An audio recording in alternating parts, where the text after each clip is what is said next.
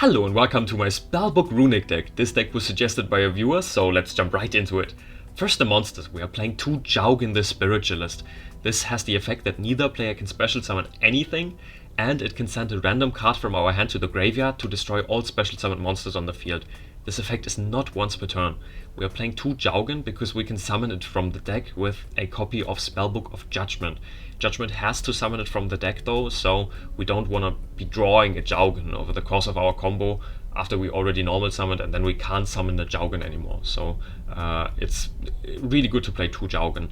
Then we are playing 3 Spellbook Magician of Prophecy, aka Blue Boy. If this is normal summoned or flipped face up, we can add any Spellbook spell from our deck to the hand. Then a small Magician Soul package. We are playing 1 Souls as well as 2 Illusion of Chaos. Souls is really nice because this can send hard once per turn spells from our field to the graveyard to draw new cards. And it's a level 1, so we can make a Linkuriboh with this, and Linkuriboh can protect our Jowgen from being destroyed by battle. Then we are playing some Spellbook spells, the now limited Spellbook of Judgement.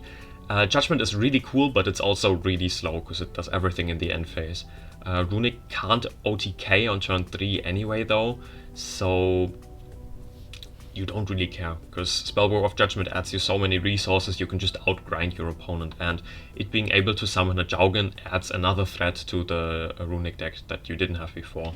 Then we are playing a Spellbook of Fate. This can be a non-targeting banishing effect. If you banish 3 Spellbook cards from your graveyard, then a copy of Spellbook of the Master. This can basically just copy any Spellbook spell you need that is already in your graveyard. A copy of Spellbook of Wisdom. This is a quick play that can make a spellcaster monster either unaffected by trap effects or unaffected by spell effects. It's really nice because you can chain this to, for example, an Imperm on a Jowgen, and then Jowgen is unaffected by that Imperm. Then we are playing 3 Spellbook of Secrets. This is basically a rota for Spellbook spells. It just gets you every Spellbook spell you need. Then a Spellbook of Knowledge. This is a trade-in for Spellbook spells, and it can send spellcaster monsters you control to the graveyard as well to draw cards. There's a funny thing you can do with this. That is, you can activate Spellbook of Knowledge and then chain a Spellbook quick play spell, like for example Wisdom. And then you don't have to send the Wisdom from your hand to the graveyard, but you can just send the Wisdom from your field that you just used as a quick play spell. So you can actually use the effect of Wisdom while still being able to send it for cost with Spellbook of Knowledge, because it doesn't send for cost. Like technically it doesn't send for cost. It just, you activate it and then it sends, so you can still chain a Spellbook of Wisdom to the Spellbook of Knowledge. Then a small Mystic Mine package, just because it's Mystic Mine and this deck can sit on Mystic Mine if it has to. We're playing 2 Mystic Mine as well as 1 Terraforming and 3 Demise of the Land. Sometimes you want to get another field spell with Demise of the Land during your opponent's turn, and that is Runick Fountain. This is a great card. It has a not hard once per turn effect that you can, if a Runick spell is activated, target up to 3 Runick spells in your graveyard, shuffle them back into the deck, or rather put them to the bottom of the deck, and then draw that many cards. So you can actually recycle through 3 copies of Runick Fountain and draw 9 cards per turn. It's hilarious, and it shouldn't be allowed. It's a crazy card. And it allows you to use your Runick quick play spells from your hand during your opponent's turn as well. This way you can have some really big threats in your hand that your opponent can't really play around unless they pop the Runick Fountain.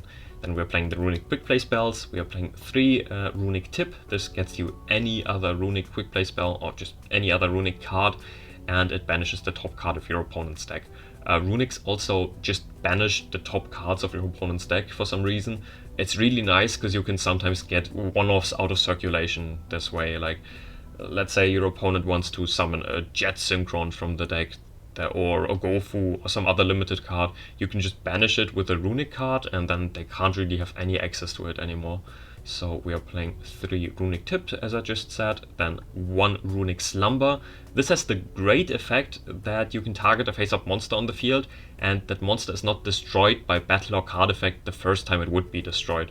This way you can target the Jowgen, and Jowgen is not going to be destroyed by, for example, the first battle he would be involved in. Because your opponent normal summons a 2k monster, you just chain this, and then they can't destroy the Jowgen and they can't special summon.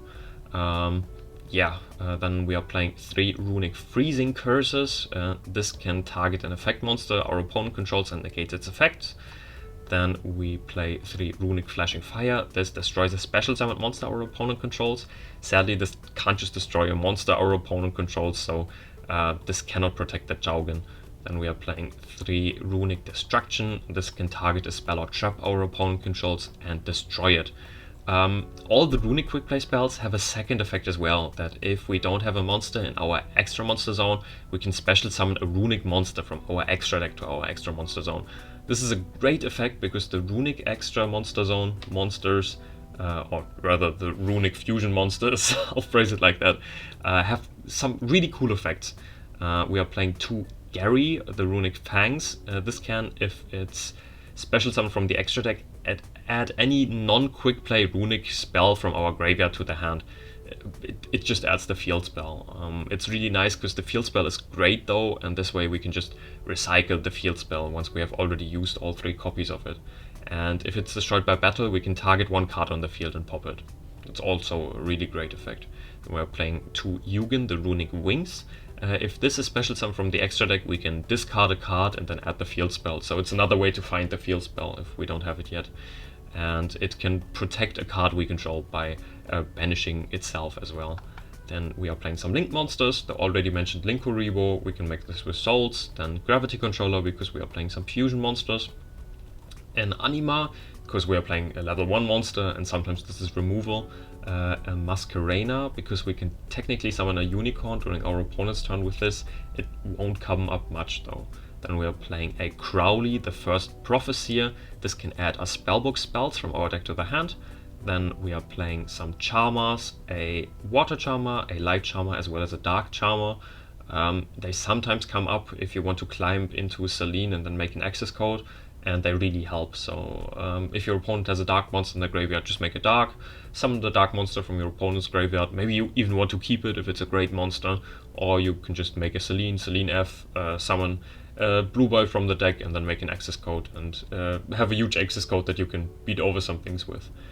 Now the side deck. We are playing a copy of Pancratops, because Pancratops is great and it outs anti-spell.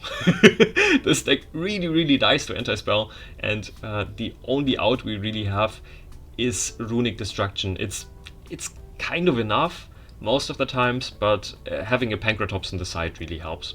Then we are playing a D-Fissure, just if we play against Tearlaments, because they just cry if they see this. Then a Duster, in case we play against Backrow. Some good old Bolt Breakers, Dark Ruler no more, because this is still the best going second card probably. Then some Floodgates, because you could play this deck while controlling no monsters and just using the spell cards probably. We are playing 3 Rivalry as well as 3 Tikaboos. There are some decks that can play under Rivalry and there are some that can play under Tikaboo, but there's not really a deck that can play under both of them.